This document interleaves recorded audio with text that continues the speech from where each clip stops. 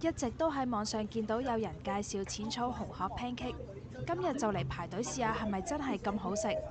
7點鐘派飛，7點9就已經派晒。我哋咁啱拎到當日3點鐘嘅飛，每一個 pancake 1800 yen 至3000 yen 不等，另外仲可以加 toppings 同埋嘢飲添。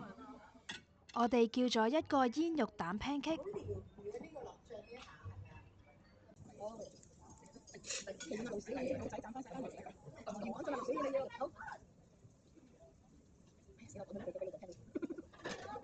一個香蕉果仁朱古力 pancake，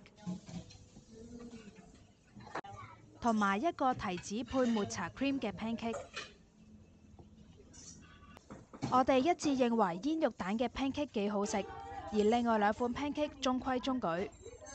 如果要特登7點鐘過嚟排隊嘅話，我哋覺得可以試下發掘其他餐廳。